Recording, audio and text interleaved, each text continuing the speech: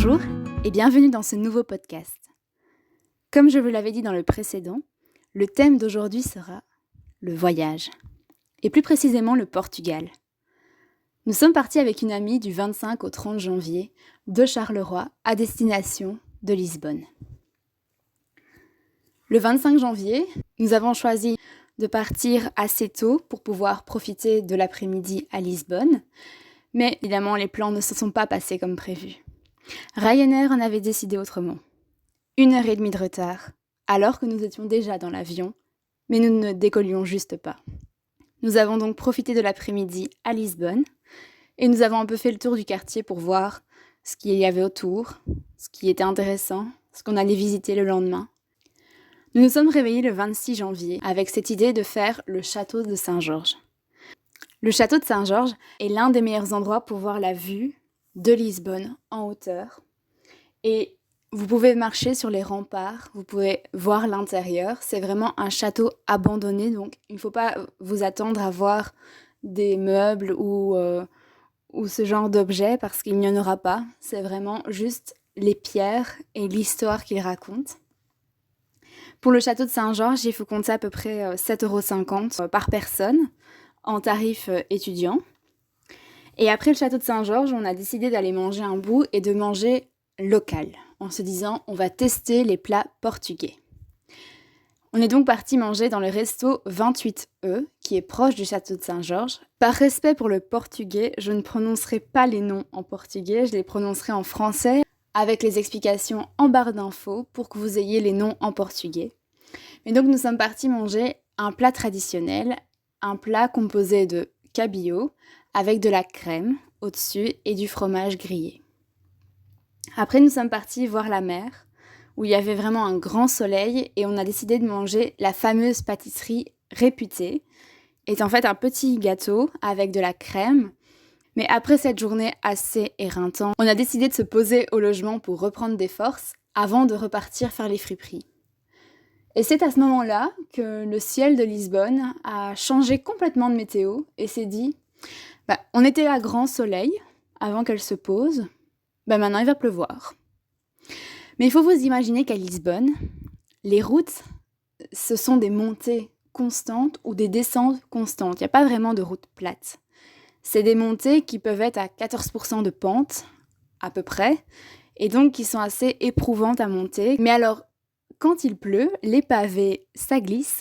Faire une montée, c'est déjà compliqué, mais alors quand il pleut, c'était la pire expérience, très honnêtement.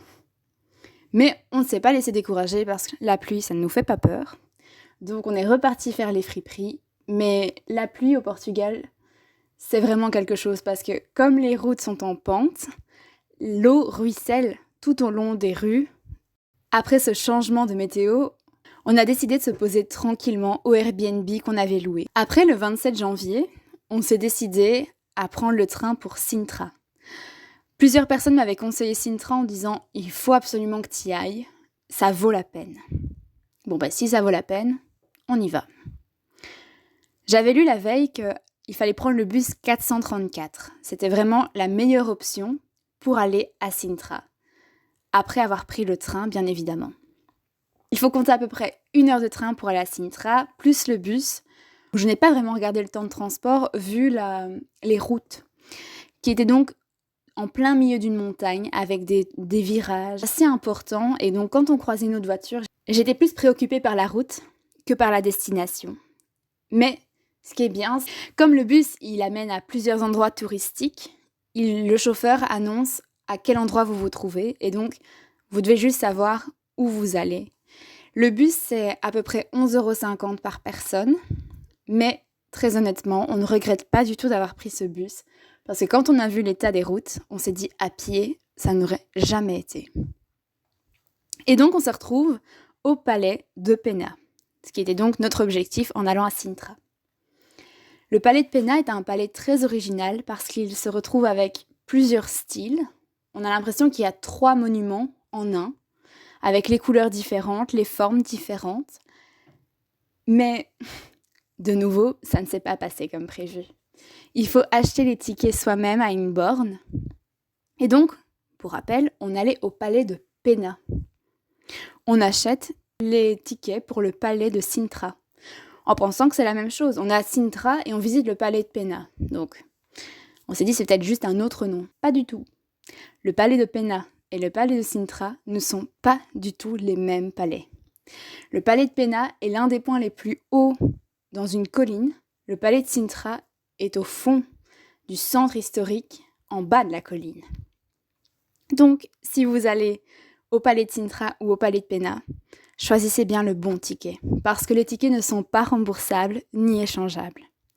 C'est ce qu'on nous a dit à l'entrée du palais de Pena. On était donc reparti pour acheter une deuxième série de tickets, en se disant qu'on n'allait quand même pas aller au palais de Sintra, on n'avait pas le temps. Donc on a demandé pour avoir un remboursement, ils ont refusé. On s'est dit on n'aura pas vraiment le choix, on a quand même payé ces tickets, autant y aller. Dans le palais de Pena, qu'on a quand même au final visité, il y a aussi un énorme parc avec un chalet, le chalet de Edla, mais à l'intérieur du palais, on retrouve principalement les appartements de la reine Amelia. Vous allez aussi visiter les serres et les écuries. C'est vraiment un parc où on peut passer toute la journée tellement il est grand. Nous, on ne s'est pas attardé plus que ça parce qu'on voulait aussi visiter la ville de Sintra et comme on faisait une journée par ville, mais il fallait absolument rentabiliser le temps qu'on avait. Et donc nous voilà repartis dans le bus pour redescendre cette fameuse montagne et se retrouver au palais de Sintra, en demandant aux personnes qui vendaient les tickets au palais de Sintra s'il n'y avait pas moyen qu'ils nous rachètent nos tickets, parce que on leur explique, on voulait aller au palais de Pena et on se retrouve avec des tickets du palais de Sintra. Et il nous dit « Ah, mais vous voulez que je vous fasse des tickets pour le palais de Pena ?» Non, on en vient en fait, il est là le problème. Donc il nous dit « Alors vous avez deux possibilités. Soit vous envoyez un mail pour essayer d'avoir un remboursement, essayez. En gros, on ne l'aura pas. Ou alors, vous attendez que les prochains clients arrivent et vous le revendez. » Alors là, on s'est dit, donc on doit attendre que 2 adultes arrivent pour pouvoir leur revendre nos tickets. Ils vont nous prendre pour des barges, complètement. On attend, on se dit, allez, on attend un quart d'heure et on voit, si pas on visite le palais, tant pis. Un couple arrive, 2 adultes. Je prends mon courage à 2 mains, je me dis, allez, va leur parler. Bon, bien sûr, en anglais, pas en portugais. Je suis pas devenue bilingue en 3 jours. D'ailleurs, ils ne comprennent pas mon portugais et je ne comprends pas ce qu'ils me racontent. Et donc, on se retrouve à essayer de vendre nos fameux tickets à ce couple, qui est un peu perturbé parce que j'arrive quand même devant eux avec mon sac à dos et je leur explique la situation en disant qu'on s'est trompé dans les tickets et qu'on voudrait bien les revendre à quelqu'un qui voudrait visiter du coup le palais de Sintra. Ils nous disent pas de problème, je vous les rachète. On a pensé que c'était une blague au début, mais non, très honnêtement, très sérieux. Ils nous disent on comptait y aller justement, donc on vous les prend, on a déjà nos tickets qui sont là. En moins de 5 minutes, on avait réglé le problème de toute la matinée qu'on s'est demandé comment on allait faire. Quand vous allez aussi au palais de Pena, vous devez réserver 1 heure. Alors il faut compter que si vous entrez dans le parc à 11h, il y a un bon 10-15 minutes de marche jusqu'au palais. Ça, c'est quand vous marchez assez vite. Vous devez du coup compter que si vous devez être à 11h30 au palais, il faut compter le laps de temps entre l'entrée que vous faites et l'arrivée au palais. Mais si vous avez comme nous réservé à midi et que vous arrivez à 11h20, on vous dit non, vous ne pouvez pas entrer, vous devez attendre midi. Du coup, vous faites un tout petit tour dans les environs, toujours en montée et en descente, sinon c'est pas drôle. Et après, on remonte au fameux palais de Pena, avec tous les gens de midi. Après ce palais, on est complètement exténué. On essaie aussi de se dire, il faut qu'on trouve à manger. Ce serait pas mal dans l'option. Je choisis donc de prendre une spécialité portugaise, qui est donc une soupe de tomates avec du poisson et des légumes. De nouveau, je mettrai tous les noms en barre d'infos parce que c'est imprononçable. Vous avez aussi les menus en plusieurs langues, mais pas en français. Donc vous avez les menus en anglais, en espagnol ou en portugais. À voir avec quelle langue vous êtes le plus à l'aise parce que c'est pas toujours compréhensible. Heureusement, Google Images nous a beaucoup aidés à savoir ce qu'on allait manger. Après, on a décidé de goûter un dessert, la fameuse spécialité de Sintra. La spécialité qui n'est autre que du fromage blanc, des œufs et de la cannelle. Nous sommes partis donc après vers le centre historique. On s'est un peu baladé, on n'avait plus trop d'objectifs parce qu'on était déjà bien exténués. Et on a repris le train, direction Lisbonne, pour aller faire quelques courses. Pour les courses, si vous cherchez des pâtes à la sauce tomate, comme c'était notre cas, ne cherchez pas de pâtes sauce tomate, il n'y en a pas. On voulait faire un repas assez classique parce que le problème à Lisbonne, qu'on a eu en tout cas, c'est qu'on n'était pas rassasiés. On avait toujours un peu faim parce que les quantités n'étaient pas adaptées à ce que nous on attendait, à ce que nous on mange. Et donc on payait un prix assez similaire à celui de la Belgique, parfois un tout petit peu moins cher, parfois un tout petit peu plus cher. Et on s'est retrouvé avec des plats qui étaient beaucoup moins bourratifs qu'en Belgique. Et donc on passait notre journée à grignoter, à trouver des petits endroits à manger et autres, même en allant au restaurant. Et donc c'est pour ça qu'on a voulu faire des courses pour avoir justement de quoi combler ce petit manque de nourriture. Et on voulait faire des pâtes à la sauce tomate en se disant, bon allez, aujourd'hui on fait un gros repas, on n'aura plus faim à la fin de ce repas, ce sera peut-être la première fois du séjour. Et donc je demande au vendeur où se trouve le rayon des sauces tomates, parce que je ne trouve pas de sauce tomate, je trouve des tomates pelées, mais c'est tout. Et le gars ne sait pas me répondre, donc je me dis, il a peut-être pas compris ma demande. Alors je réessaye, je lui montre le paquet de pâtes, je lui explique en quelques mots où se trouve notre fameux sauce tomate. Il ne comprend pas, il ne trouve pas. Et puis je me dis, bon, comment est-ce qu'on dit sauce en espagnol ? Il me semblait avoir en mémoire que salsa, ça voulait dire sauce en espagnol. Je me suis dit, il y a des mots assez similaires entre l'espagnol et le portugais. Je parle pas du tout espagnol, mais je connaissais certains mots. Bon, je sais qu'on dit salsa pour sauce en espagnol. Ben, je vais tester, je vais voir ce que ça donne, s'il comprend ou s'il ne comprend pas. Je lui dis salsa et je lui montre les pâtes. Et je vois sa tête, ah, il a enfin compris ce que je lui demande et il l'a pas. Et il m'emmène devant le rayon des aromates. Je comprends pas trop, mais bon. Et il me donne du persil. Je le regarde.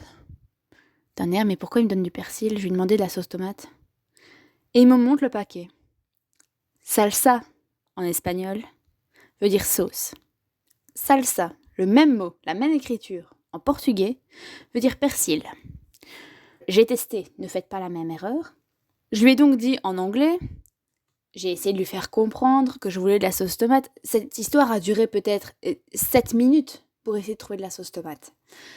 Au final, il me dit « Ah non, on n'en a pas ». Donc on a fait un repas avec ce qu'on a trouvé dans les rayons, parce que, très honnêtement, même s'ils n'ont pas de sauce tomate, ils n'ont pas non plus d'autres viandes que du poisson dans les congélateurs.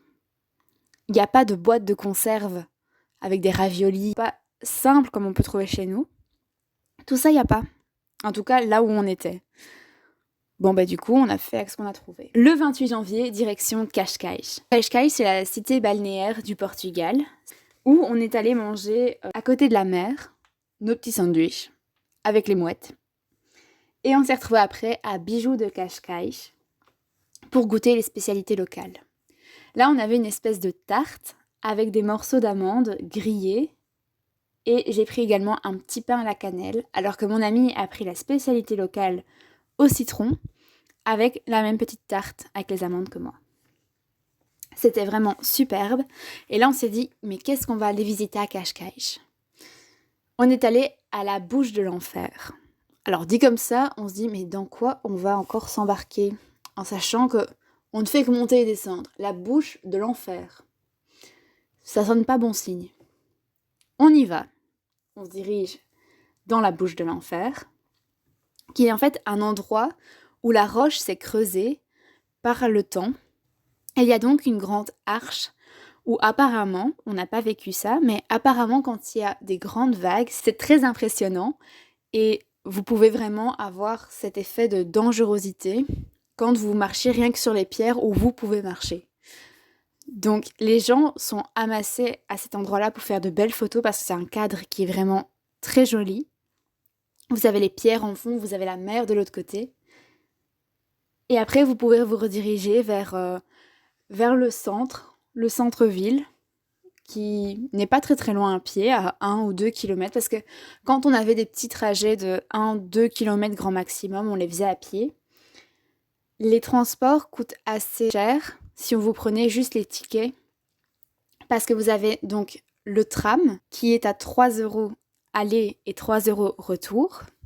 Le train, ça dépend de votre destination parce que le tram, vous payez le même prix, peu importe si vous faites un arrêt ou 15. Le train, ça dépend de la ville où vous vous arrêtez, mais principalement, c'est le train le meilleur marché. On s'est retrouvé avec des 5 € aller-retour pour 40 minutes aller, 40 minutes retour de train. Vous avez aussi donc le métro. Le métro, vous avez une carte donc, qui s'appelle Viago Viagem. Viaggio, Viagem, aucune idée. Cette carte, il faut la garder tout votre séjour parce qu'elle va vous servir autant pour les métros que pour les trains. C'est la carte où ils vont vous mettre vos transports et vous allez payer 60 centimes cette carte. Et à chaque fois que vous allez voyager, on va vous mettre vos transports dessus. Si vous la perdez, voilà, ce n'est pas grave. Vous pouvez en acheter une autre, mais gardez bien la carte tout au long de votre séjour. Je reprends mon histoire. On se balade dans le centre et on se dirige vers la plage pour justement encore profiter un peu après cette baladée. Donc il faut savoir qu'on alternait une journée où on mettait un réveil pour faire une grosse journée de marche dans les montagnes et autres. Et puis on alternait avec une journée un peu plus calme, un peu plus à notre rythme. Si on n'avait pas envie de marcher, ben on marchait pas, on restait là et on regardait. C'est ce qu'on a fait un peu avec Cascais. Parce que très honnêtement, après avoir fait la veille le palais de Pena, Sintra, c'était exténuant.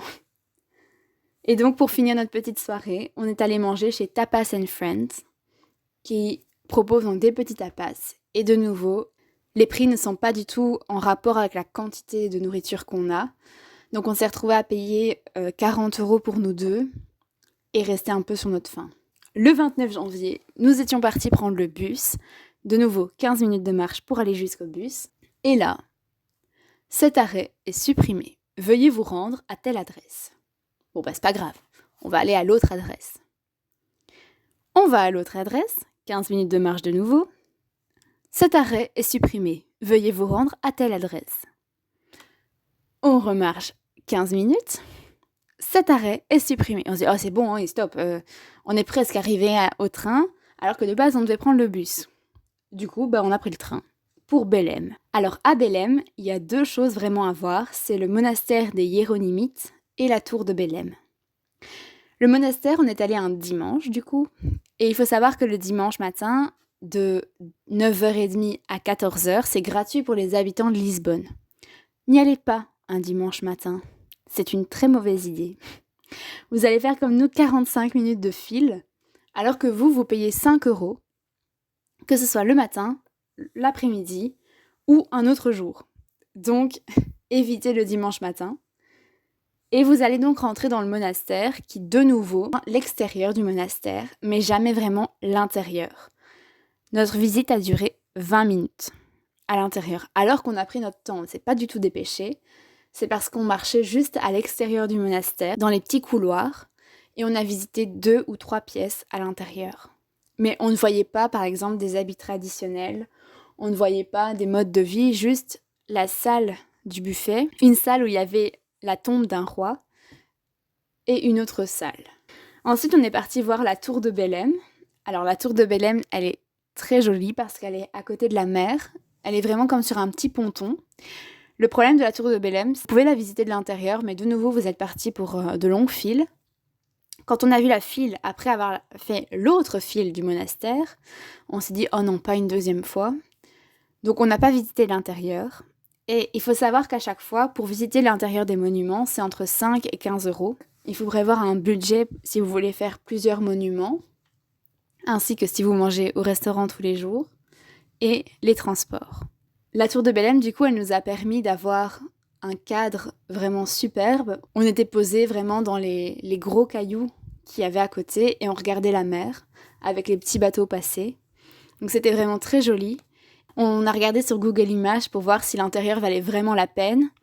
On s'est dit que non, qu'il n'y avait pas grand-chose à regarder, un peu comme au monastère. En rentrant, on avait vraiment envie d'une glace, quelque chose de léger, sucré. Évidemment, on ne trouvait pas de glace. Que des glaces en cornet, préemballées, dans des congélateurs, mais c'était tout. Et nous, on rêvait d'une belle glace. Et puis on entend un bruit un peu étrange, comme un train qui s'arrête. Bon, en même temps, on était à côté d'une gare, donc c'était pas très étonnant. Mais ça durait longtemps. Et on s'est dit, c'est bizarre parce que là, il y a un problème soit avec le train, soit c'est pas un train. Bon, c'était pas un train. C'était des percussionnistes de la musique brésilienne. La musique brésilienne, c'était vraiment superbe et tout le monde dansait autour. Et il y avait comme une danseuse du carnaval de Rio qui était présente et tout le monde dansait, ces personnes réunies qui faisaient la fête ensemble. Et puis on est repassé dans la rue des parapluies.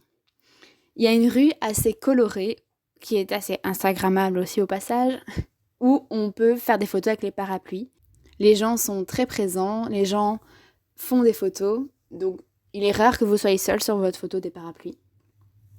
Et puis on a cuisiné à l'appartement notre fameux repas qu'on a essayé de trouver 2 jours auparavant au magasin. Et puis on fait les bagages et on s'endort. Le lendemain, comme on avait eu tous ces problèmes de bus, de tram et tout la veille, on s'est dit ça ne sert à rien de paniquer, on va prendre les transports directement. On s'est dit on va pas tenter le diable, on va pas rater l'avion, parce que là, je sais pas comment on aurait fait. On est arrivé presque 4 heures en avance, mais on était là. On est monté dans l'avion, et l'avion évidemment a eu du retard, mais bon, 20 minutes, c'est mieux qu'1h40. Et puis à 20h05, terminus. Tout le monde descend de l'avion. Et nous voilà, de retour en Belgique. Merci d'avoir pris le temps d'écouter ce podcast. Je vous souhaite une très très bonne soirée. Et je vous laisse avec un petit extrait de Belém.